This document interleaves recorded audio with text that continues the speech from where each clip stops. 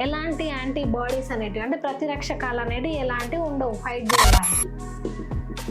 దీన్ని మనం ఏ గ్రూప్గా సూచిస్తాం?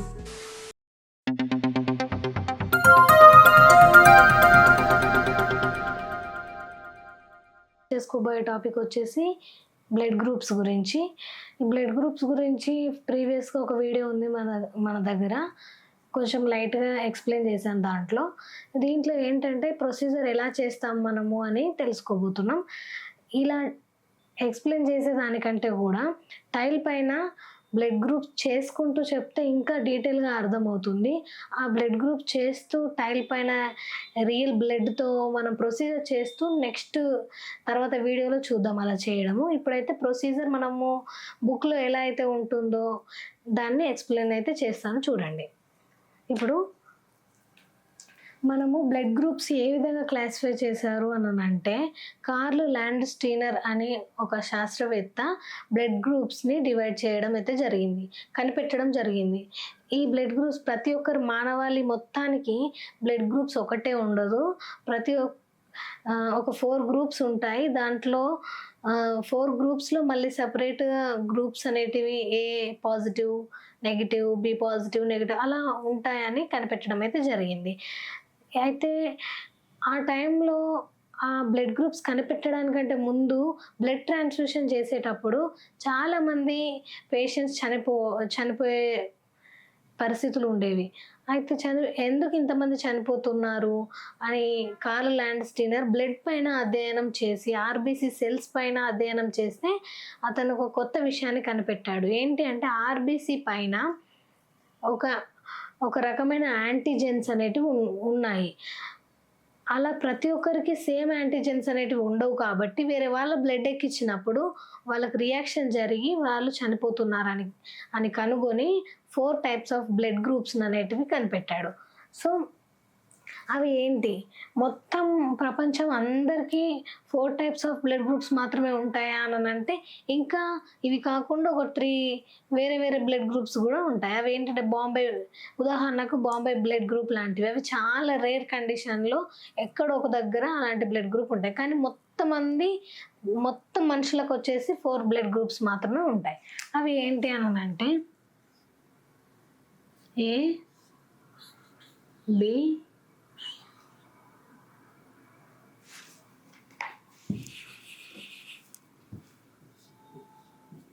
AB, O. మళ్ళీ దీంట్లో A positive or A negative కూడా ఉంటాయి. A positive, B positive, AB positive, O positive. మళ్ళీ A negative, B negative, AB negative, O negative. ఇలా పాజిటివ్ నెగిటివ్ అని ఎలా కనిపెట్టాడు? ఈ పాజిటివ్ నెగిటివ్ అని సూచించేది ఏంటి అంటే RH ఫ్యాక్టర్.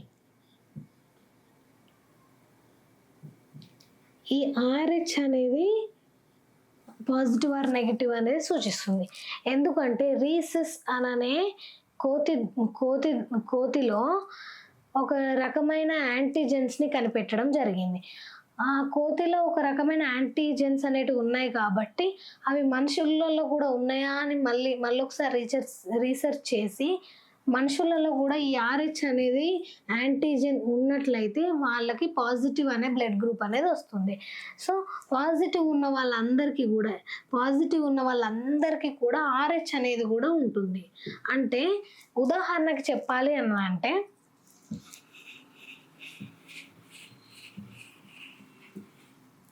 ఇప్పుడు మన ఆర్బీసీ సెల్ పైన మనం బ్లడ్ గ్రూప్స్ కనిపెడతాం కాబట్టి ఆర్బీసీ సెల్ వచ్చేసి బైకాన్కేవ్ షేప్లో ఉంటుంది కదా. ఈ ఆర్బీసీ సెల్ పైన ఒక కోటింగ్ లాగా ఏ బ్లడ్ గ్రూప్ కల వాళ్ళకు అంటే ఏ బ్లడ్ గ్రూప్ ఉన్న వాళ్ళకి ఏ రకమైన యాంటీజెన్స్ అనేటివి ఉంటాయి, ఏ రకానికి చెందిన యాంటీజెన్స్ ఉంటాయి కాబట్టి వీళ్ళు ఏ పాజిటివ్, ఏ గ్రూప్ అనుకోండి. ఓకే, ఇప్పుడు బి రకానికి చెందిన బ్లడ్ గ్రూప్ వాళ్ళకి బి రకమైన యాంటీజెన్స్ అనేటివి ఉండడం జరుగుతుంది. అందుకనే వీళ్ళది బి గ్రూప్. ఇప్పుడు మనం ఎట్లా బి అనేది చెప్తున్నాం అంటే యాంటీజెన్స్ అంటే ప్రతిజనకాలు. యాంటీజెన్స్. ఇప్పుడు ఏబి బ్లడ్ గ్రూప్ ఉన్న వాళ్ళకి వాళ్ళ బ్లడ్ గ్రూప్ సర్ఫేస్ పైన వాళ్ళ ఆర్బీసీ సర్ఫేస్ పైన ఎలాంటివి ఉంటాయి? ఏబి అంటే ఏ అనే ప్రతిజనకం ఉంటుంది, బి అనే ప్రతిజనకం కూడా ఉంటుంది. అందుకని వీళ్ళది B blood group, AB blood group. అందుకని వీళ్ళది ఏబి అనే ప్రతిజనకాలు అంటే యాంటీజెన్స్. ఇట్లా కోటింగ్ లాగా కోటింగ్ చేస్తాం కదా మనం, అట్లా కోటింగ్ లాగా ఆర్బీసీ పైన అంటే రక్త కణం పైన. రక్తం అంటే ఆర్బీసీ అంటే ఏంటిది? ఆర్ అంటే రెడ్ బ్లడ్, ఆర్బీసీ అంటే రెడ్ బ్లడ్ సెల్స్. కాబట్టి ఆ రెడ్ బ్లడ్ సెల్స్ పైన కోటింగ్ అనేది ఏ రకానికి చెందిన బ్లడ్ గ్రూప్ వాళ్ళకు ఏ రకానికి చెందిన యాంటీజెన్స్ ఉంటాయి కాబట్టి వాళ్ళ గ్రూప్ ఏ. బి రకానికి చెందిన వాళ్ళవి బి రకానికి చెందిన యాంటీజెన్స్ ఉంటాయి కాబట్టి వాళ్ళ గ్రూప్ బి. ఏబి వాళ్ళకు 2 రకాలు ఉంటాయి, ఏ ఉంటుంది, బి ఉంటుంది. కాబట్టి వాళ్ళకు 2 యాంటీజెన్స్ అనేటివి ఉంటాయి కాబట్టి వాళ్ళ గ్రూప్ వచ్చేసి ఏబి. వీళ్ళు రక్తము ఏ వాళ్ళ దగ్గర నుండి తీసుకోవచ్చు, బి వాళ్ళ దగ్గర నుండి కూడా తీసుకోవచ్చు. ఇప్పుడు ఓ వాళ్ళకి ఎలాంటి ప్రతిజనకాలు అనేటివి వీళ్ళ ఆర్బీసీ పైన ఉండవు. వీళ్ళ ఆర్బీసీ ప్లెయిన్గా ఉంటుంది, వాళ్ళ మీద ఎలాంటి యాంటీజెన్స్ అనేటివి ఉండవు కాబట్టి వాళ్ళది ఓ బ్లడ్ గ్రూప్ అని కనిపెట్టడం జరిగింది. సో ఇప్పుడు పాజిటివ్ ఆర్ నెగిటివ్ అనేది ఎలా సూచిస్తాం మనము అంటే ఆర్బీసీ పైన ఉండే వాటిని మనము యాంటీజెన్స్ అంటున్నాం. కాబట్టి ప్లాస్మా అంటే మనం ఒక బ్లడ్ని సెంట్రిఫ్యూజ్ చేసి ఆర్బీసీని కిందికి డౌన్ అయిపోయిన తర్వాత ప్లాస్మాని సపరేట్ చేసి ఆర్బీసీ పైన రీసెర్చ్ చేసినప్పుడు ఆర్బీసీలో యాంటీజెన్స్ అనేది కనిపెట్టడం జరిగింది. ఓ వాళ్ళకు ఆర్బీసీ పైన యాంటీజెన్ అనేది లేదు. ఇప్పుడు ప్లాస్మా ఉంటుంది కదా ప్రతి ఒక్కరికి కూడా, ఆ ప్లాస్మాలో యాంటీబాడీస్ అనేటివి ఉంటాయి.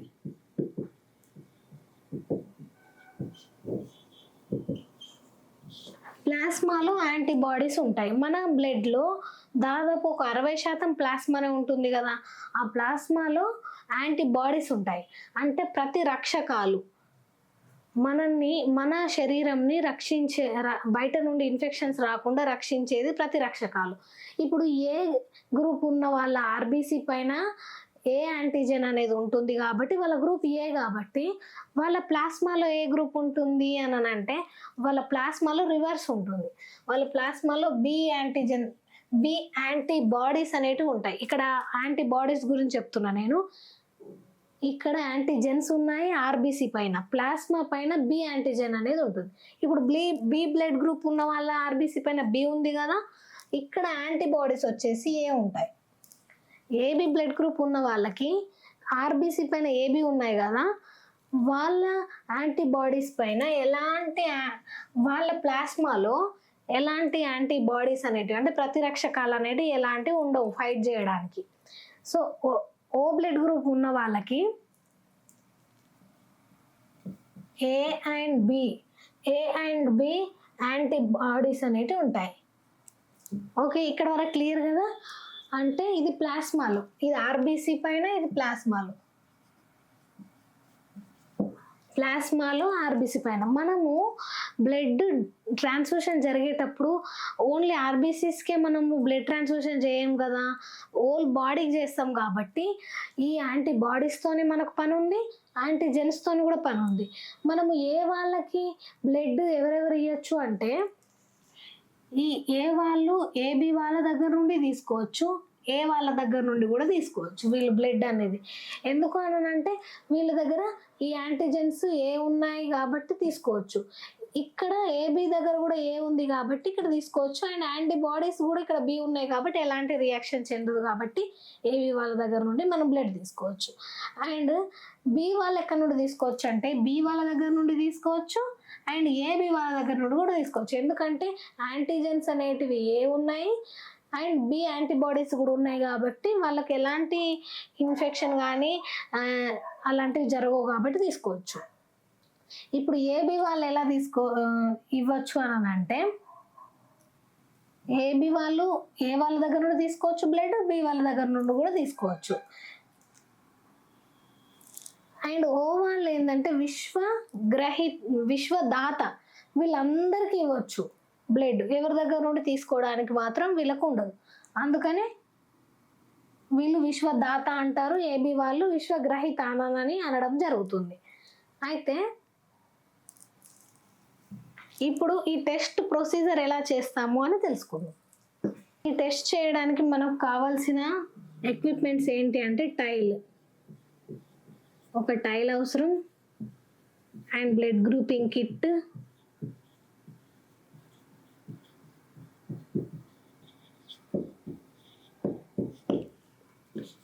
థర్డ్ వన్ వచ్చేసి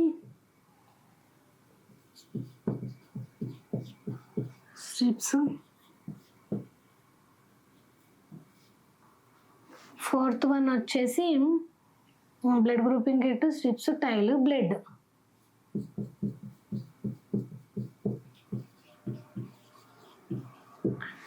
సో ఇవి మనకు అవసరం ఉంటుంది. టైల్ ఎందుకు అని అంటే దీన్ని మార్బుల్ అని కూడా అంటాము. వైట్ కలర్ టైలే ఎక్కువ శాతం వాడతారు.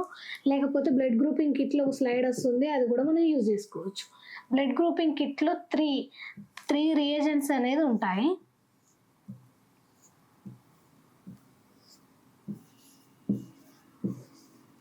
ఏ, బి, డి. ఈ డి అనేది RH. అంటే నెక్స్ట్ RH అంటే ఏంటో తెలుసుకుందాం. ఈ RH అంటే పాజిటివ్ ఆర్ నెగిటివ్ని సూచించేది RH. మనం ఇప్పటి వరకు ఏ బ్లడ్ గ్రూప్ ఉన్న వాళ్ళు, బి బ్లడ్ గ్రూప్ ఉన్న వాళ్ళని తెలుసుకున్నాం కదా. ఈ RH అంటే రీసిస్ అనే కోతి నుండి RH కనిపెట్టామని అనుకున్నాం కదా. ఆ రీసిస్ అనే కోతి పేరు మీద ఈ RH అనేది యాంటీజెన్ కూడా. ఇది ఓ బ్లడ్ గ్రూప్ ఉన్న వాళ్ళకి ఎలాంటి యాంటీజెన్స్ అనేటివి ఉండవు అని చెప్పుకున్నాం కదా. ఓ పాజిటివ్ వాళ్ళకి మాత్రమే RH అనేది ఈ యాంటీబాడీస్ ఉంటాయి. మళ్ళీ ఏ పాజిటివ్ ఉన్న వాళ్ళకి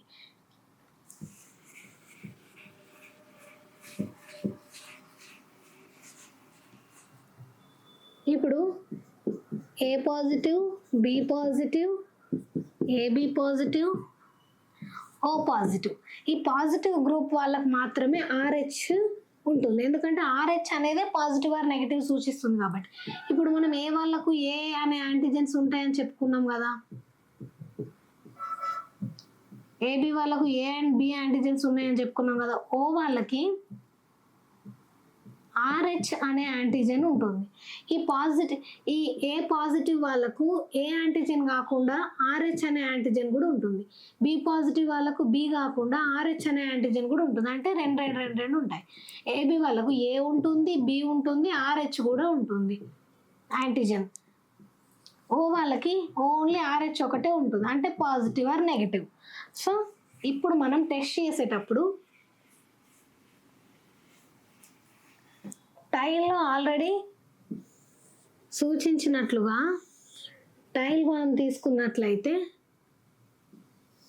ఇట్లా 3 రౌండ్స్ అనేటివి ఆ టైల్లో ఉంటాయి. దేంట్లో బ్లడ్ గ్రూపింగ్ వచ్చిన కిట్లో ఆల్రెడీ రౌండ్స్ అనేవి ఉంటాయి. దాంట్లో మనం 3 drops ఆఫ్ బ్లడ్ అనేది యాడ్ చేసుకోవాలి. EDTA బ్లడ్ అనేది తీసుకోవాలి.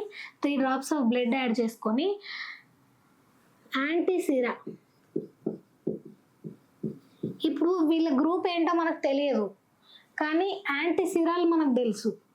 యాంటీసిరాలు 3 వస్తాయి, blue colour, yellow colour and white colour. White colour అనేది బ్లడ్ గ్రూప్ కాదు, RH అంటే పాజిటివ్ ఆర్ నెగిటివ్ సూచిస్తుంది కాబట్టి RH. ఇది వచ్చేసి ఏ, ఇది వచ్చేసి బి. దీన్ని మనము ఏ, బి అండ్ RHను మనం డిగా సూచిస్తాం. సో ఇక్కడ 3 బ్లడ్ డ్రాప్స్ అనేది వేసి ఏలో ఏలో ఏ అనే యాంటీసిరా వేస్తాం, బిలో బి అనే యాంటీసిరా వేస్తాం, డిలో డి అనే యాంటీసిరా వేస్తాం. తర్వాత మనం మిక్స్ చేసినట్లయితే మిక్స్ చేసి ఆ టైల్ని రొటేట్ చేసినట్లయితే బ్లడ్ అనేది గుచ్చీకరణం జరిగి ఇట్లా క్లాట్ అవ్వడం జరుగుతుంది. గుచ్చీకరణం అంటే క్లాట్ అవ్వడం, దగ్గరికి రావడము, గడ్డగట్టుకపోవడము, ఇలా పగిలిపోవడాన్ని గుచ్చీకరణం అని అంటారు. దాన్ని అగ్లూటినేషన్ అని ఇంగ్లీష్లో అంటారు. దీంట్లో అగ్లూటినేషన్ జరిగింది అంటే పగిలింది కాబట్టి దీన్ని మనం ఏ గ్రూప్గా సూచిస్తాం. మరి పాజిటివ్ ఆర్ నెగిటివ్ సూచించాలి అంటే ఆర్హెచ్లో పగలాలి. ఆర్హెచ్లో పలిగితే ఏ పాజిటివ్. ఇప్పుడు బి బ్లడ్ గ్రూప్ వాళ్ళకి మనం బ్లడ్ వేస్తే ఇది ప్లెయిన్గా ఉంటుంది, ఇవి వేసిన డ్రాపు మిక్స్ చేస్తే ప్లెయిన్గా ఉంటుంది. బిలో అగ్లూటినేషన్ జరిగి ఈ పాజిటివ్ ఆర్ నెగిటివ్ సూచించే డిలో కూడా అగ్లూటినేషన్ జరిగితే బి పాజిటివ్.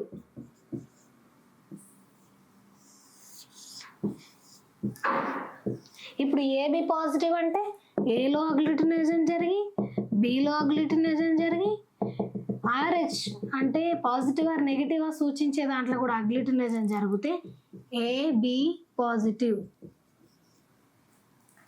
ఓ పాజిటివ్ వాళ్ళకి మనం చెప్పుకున్నట్లుగా ఆర్బీసీ పైన యాంటీజెన్స్ లేవు కాబట్టి, ఏ యాంటీజెన్ కూడా లేదు కాబట్టి ఏలో పగలదు, బి యాంటీజెన్ కూడా లేదు కాబట్టి బిలో కూడా పగలదు. కానీ ఆర్హెచ్ యాంటీజెన్ ఉంది కదా, ఇందాక చెప్పుకున్నట్లుగా ఆర్హెచ్లో పగులుతుంది కాబట్టి ఆర్హెచ్ పగులుతుంది కాబట్టి ఓ పాజిటివ్. ఓకే, ఇప్పుడు నెగిటివ్ గ్రూప్ వాళ్ళు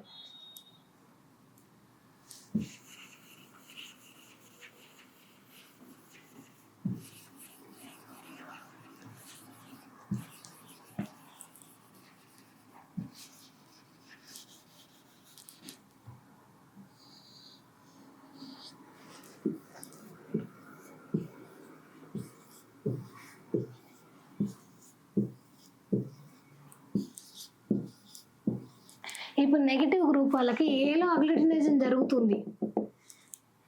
ఈ నెగిటివ్ గ్రూప్ వాళ్ళకి ఆర్హెచ్ అనేది వాళ్ళ యాంటీజెన్లో ఉండదు, ఓన్లీ ఏ యాంటీజెన్ మాత్రమే ఉంటుంది కాబట్టి ఏ నెగిటివ్.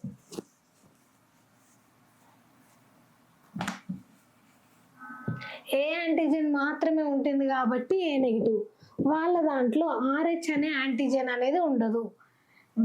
బి నెగిటివ్ వాళ్ళకి బిలో మాత్రమే అగ్లూటినేషన్ జరిగింది, ఆర్హెచ్లో నిల్, ఎందుకంటే బి నెగిటివ్ కాబట్టి వాళ్ళకు యాంటీజెన్ లేదు.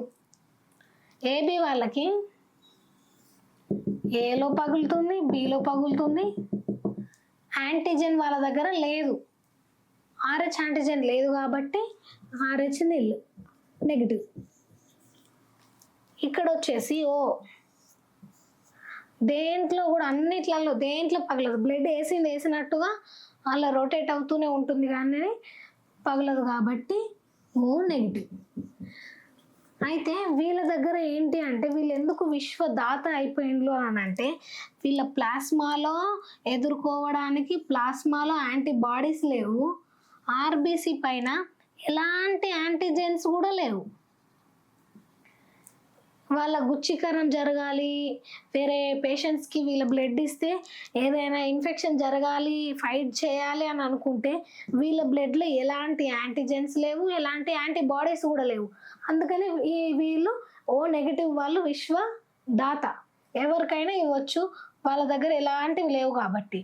కానీ అందరి దగ్గర నుండి తీసుకోవచ్చు ఎవరు అని అంటే ఏబి పాజిటివ్ వాళ్ళు అందరి దగ్గర నుండి తీసుకోవచ్చు, ఎందుకంటే వాళ్ళ దగ్గర అన్ని యాంటీబాడీస్ ఉన్నాయి, అన్ని యాంటీజెన్స్ కూడా ఉన్నాయి కాబట్టి ఎక్కడి నుండి బ్లడ్ వచ్చిన యాంటీబాడీస్ యాంటీజెన్స్ ఉన్నాయి కాబట్టి అందరి దగ్గర నుండి వాళ్ళు తీసుకోవచ్చు బ్లడ్. ఎలాంటి ఇన్ఫెక్షన్ జరగదు, వాళ్ళకి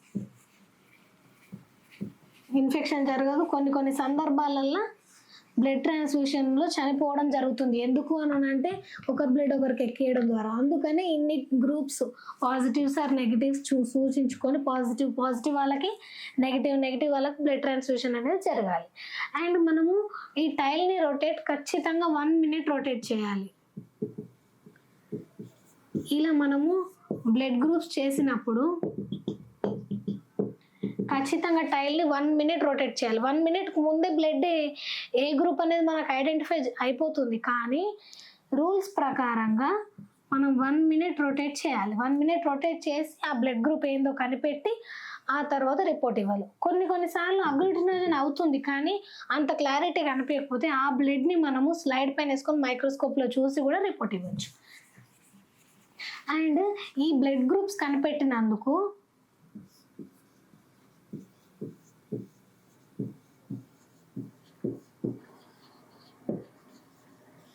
కార్ల్ ల్యాండ్ స్టెయినర్ సైంటిస్ట్కి బ్లడ్ గ్రూప్స్ కనిపెట్టాడు కాబట్టి ఈ సంవత్సరం బ్లడ్ గ్రూప్స్ కనిపెట్టడం జరిగింది 1901లో.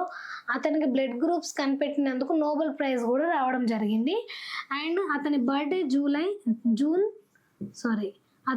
జూన్ 14 కాబట్టి మనము బ్లడ్ డొనేషన్ డేగా ఆ రోజుని జరుపుకుంటాము.